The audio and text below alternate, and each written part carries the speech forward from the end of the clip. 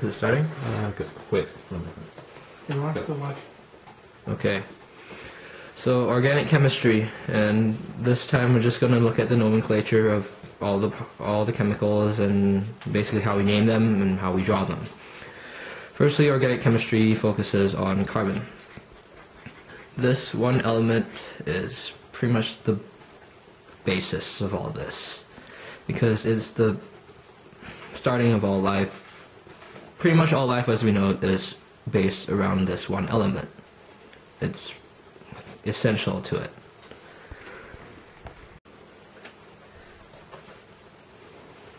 So before we get into actually naming these, let's figure out how to draw them first. So let's take an example chemical, CH3COOH. A very common ethanoic acid. We'll get into how to name this later, but this is a chemical formula, and this is what it actually looks like structurally. With this double bonded O,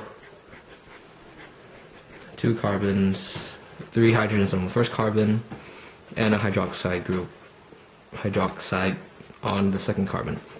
This is what it looks like structurally. We can condense this drawing and make it a lot easier by not really having to show any hydrogens or any carbons. So this is what the condensed structure would look like.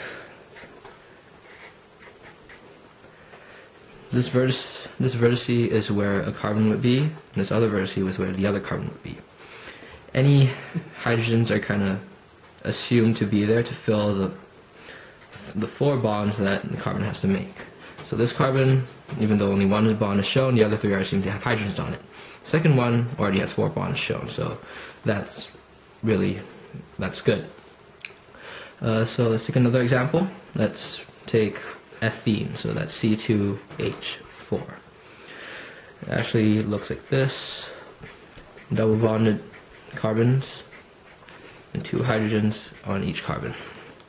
So the condensed structure would just be 2 lines. Looks like an equal sign. So this is where a carbon would be, so where another carbon would be, and the 2 bonds to the 2 hydrogens are both assumed to be there to fill that 4 bonds that carbon has to make.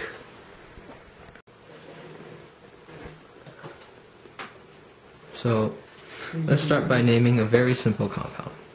Let's start with this.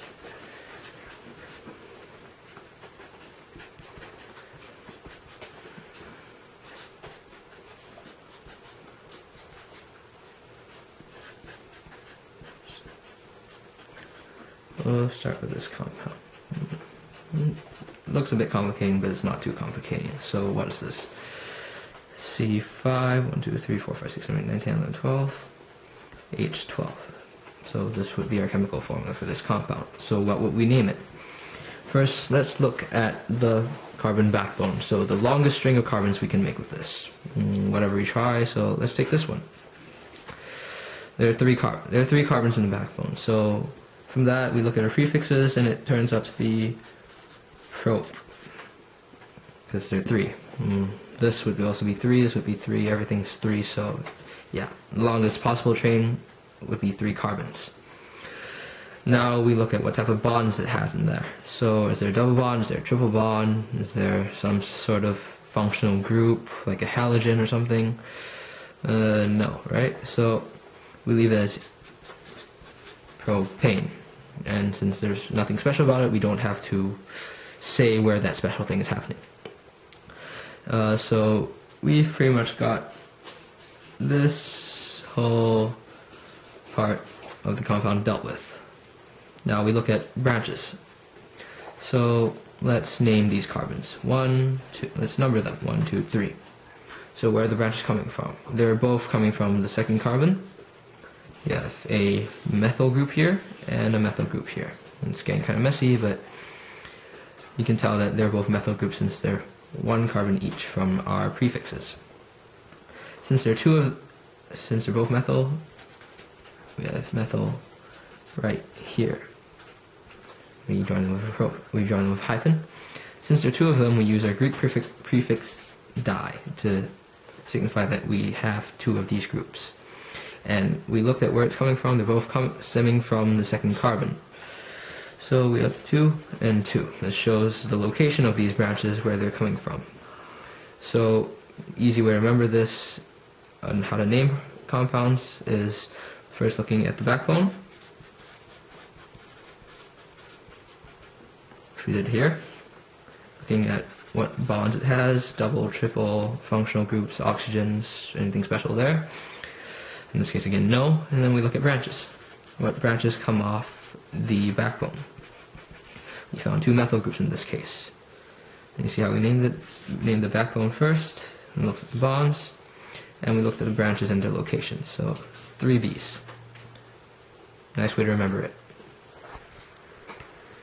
CH3COOH. Now we're adding something new. So this is what our compound looks like.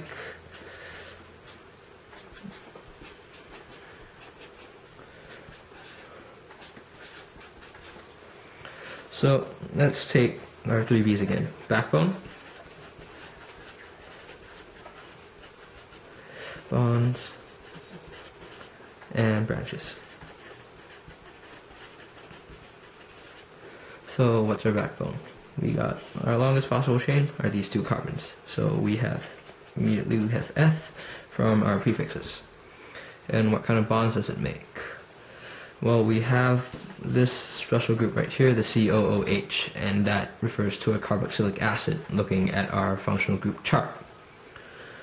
So we end it with oic acid, because that's our name, that's how we name it.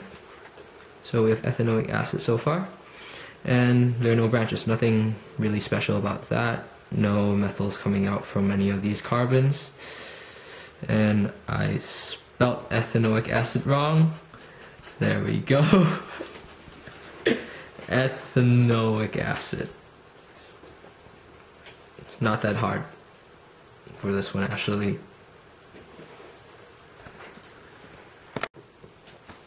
So let's try an even harder example. So let's draw this compound out. This might take a while. Not drawing particularly fast.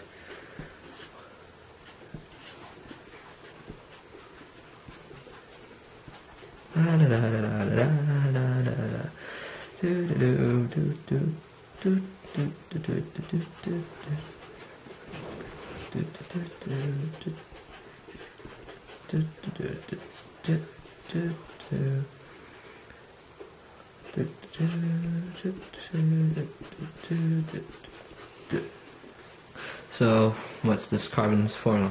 What's this chemical's formula? 1, 2, 3, 4, 5, 6, 7, 8, 9. C9. 1, 2, 3, 4, 5, 6, 7, 8, 9, 10, 11, 12, 13, 14, 15, 16, 18.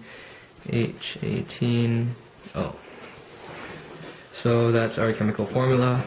Of course, there are possibly tons of isomers that are possible, but let's name this one in particular. So what's our longest carbon chain? We look at this, that's 5. Look at this, that's 6. Look at this, that's 6. 1, 2, 3, 4, 5, 6. That's 6. But we want the one containing the most interesting thing, which is this section. So 6.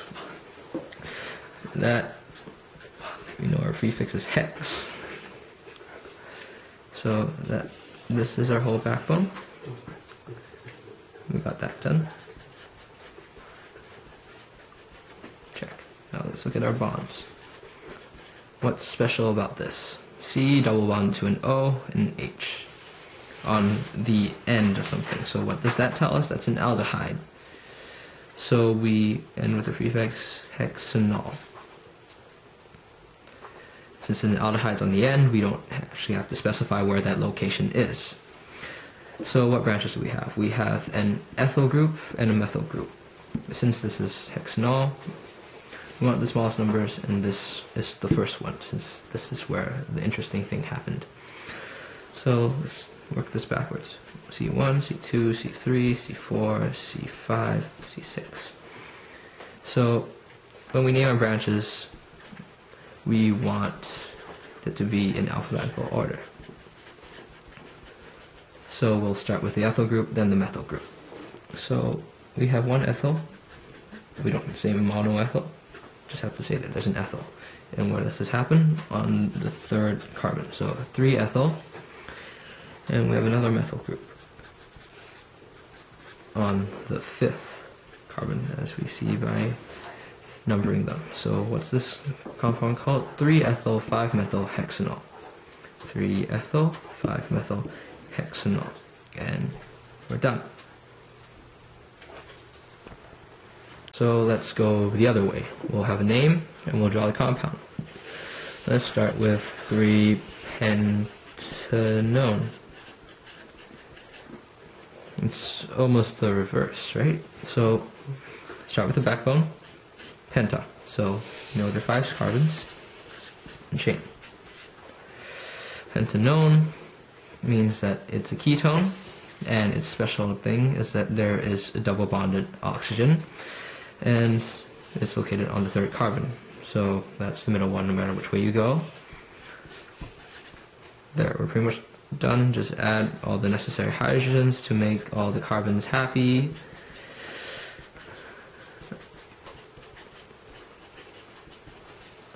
And we're done. We've drawn 3-pentanone, how it looks structurally, because if we just wrote C5H11O, it could be anything that has 5 carbons, 11 hydrogens, 1 oxygen, in any way, shape, or form. This way we specify exactly how it looks, and that we can tell its properties since it fits into the ketone group. A simple chemical name.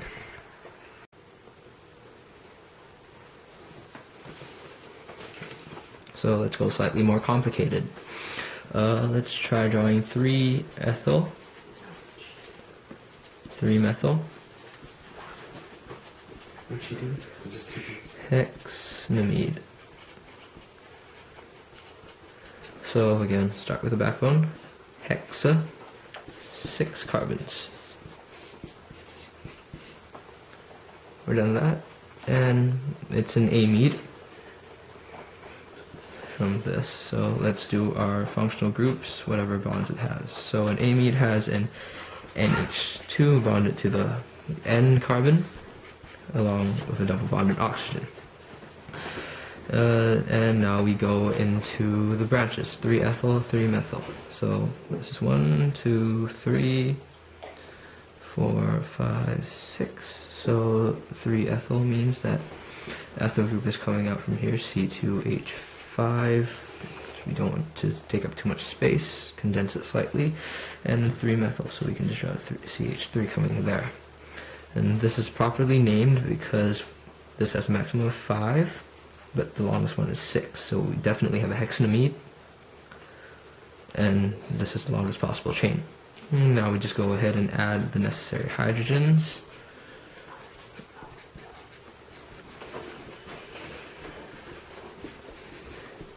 And erase the numbers, but since I wrote in Sharpie, we can't really do that. Let's just cross them out. And there, 3-ethyl, 3-methyl hexanamide. And we're done. We know how to draw compounds from its names, and we know how to name compounds from their drawings.